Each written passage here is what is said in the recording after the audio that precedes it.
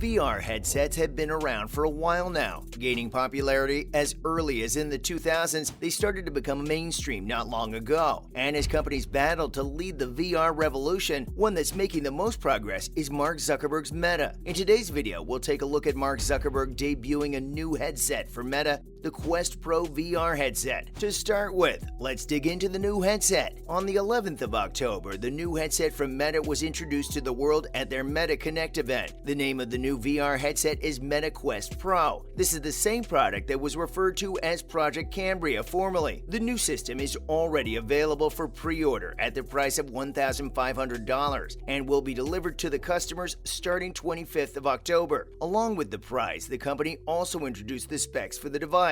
These, no doubt, were some of the more impressive bunches of specs in a VR headset. What may look like an incremental improvement over the Quest headset has made quite a lot of changes, starting with the overall look and feel that's taken a complete 360 turn from its predecessor. But we'll talk more about that later. But it's not just the headset that's new. To accompany the Pro headset, new controllers have been added to the bundle as well. It's an overall improvement with major changes in places that may not be expected by the users. Following up, shedding some light on the specs of the device. The most important component of a VR headset is its screen, or screens if we may. If compromises are made in the displays, no matter how good the rest of the device is, it will fall short. So to tick that box, the Quest Pro is loaded with not one but two LCD screens that boast a resolution of 1800 by 1920. That's a little over full HD. But that's not where the story of the display ends. The refresh rate on this thing is also pretty impressive for the size of the screens that it has. Both screens have a varying refresh rate between 72 and 90 Hz. This would provide a much smoother experience to gamers that want to take advantage of that notably fast screen. The headset comes equipped with Snapdragon's XR2 Plus processor, specifically designed for VR headsets. Internal storage comes close to 256 gigabytes, but we all know nobody's getting that exact number. And to back it all up, there's 12 gigabyte RAM for all your load-intensive needs. But all of this raw power comes with its own drawbacks. With the Quest Pro only rated for a maximum of 1 to 2 hours on a single charge, you're sure to carry that charger everywhere you go, or better yet, use it while it's charging. But yeah, we get it, that would just defeat its portability function. Next up, how does it compare to the Quest 2 or its predecessors? When it comes to the resolution, the Quest Pro is very similar to the Quest 2. Both have similar 1800 by 1920 sets of screens, but wherever the Quest 2 lacks in design, the Quest Pro takes the cake there, especially when you see that the Quest 2 has a boxier design that just doesn't look right on the face. But that's just our opinion. Yours may vary. On the other hand, the Quest Pro has a more Google-like form factor that sits on the face much better. Again, your opinion may differ from ours. It just comes down to personal preference. But beware, everyone likes comfort, and only one of these is better than the other in that department. Let's give you a hint. It's the newer one. The Quest Pro provides a better focus and removes strain from the eyes by using pancake lenses. The new headset is also heavier than the Quest 2 at 772 grams. But this could be played in the newer headset's favor. The batteries have been put in the head strap area, so this could mean a better weight distribution, making it more comfortable than the Quest 2 and other headsets while being heavier than them. And the resolution may not be higher,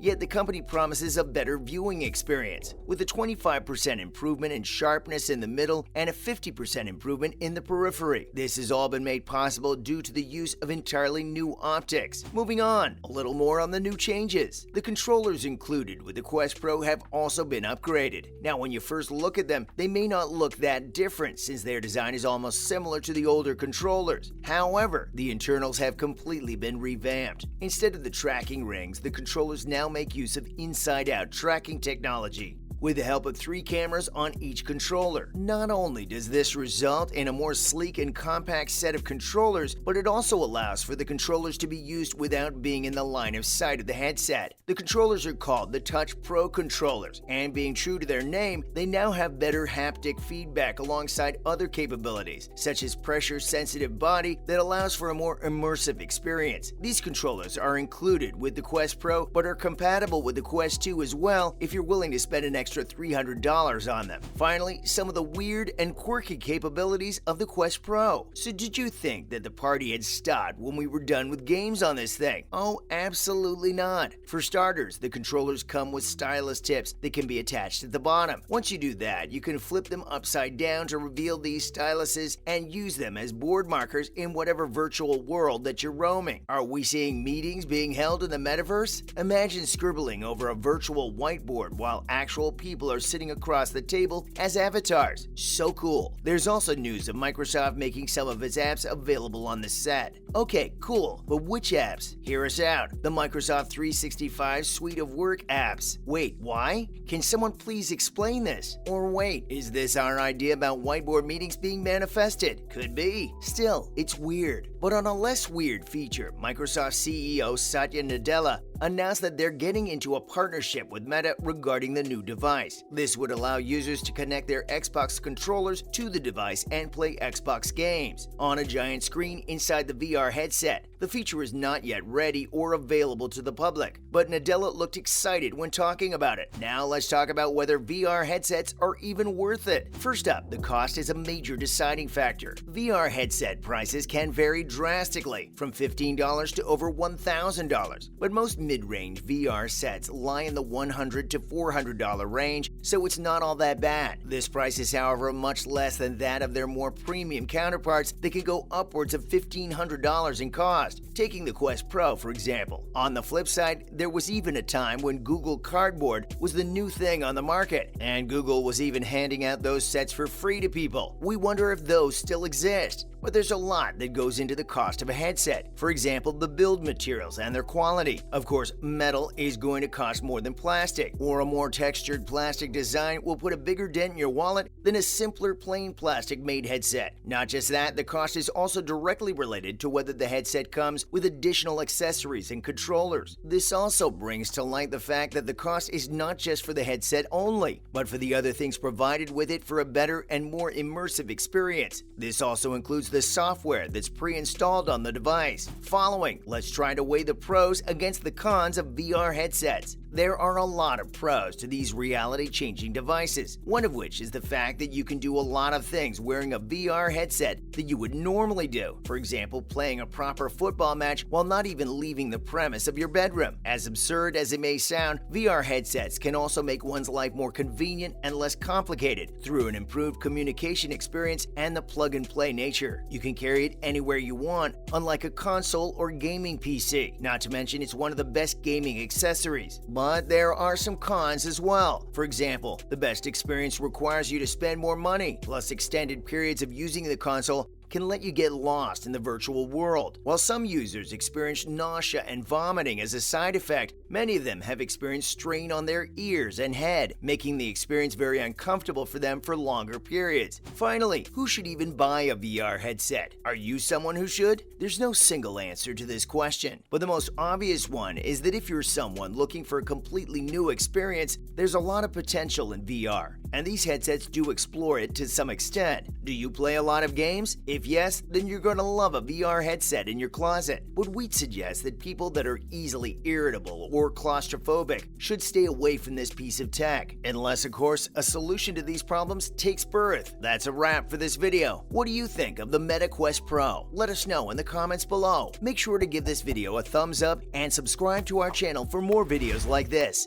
See you in the next one.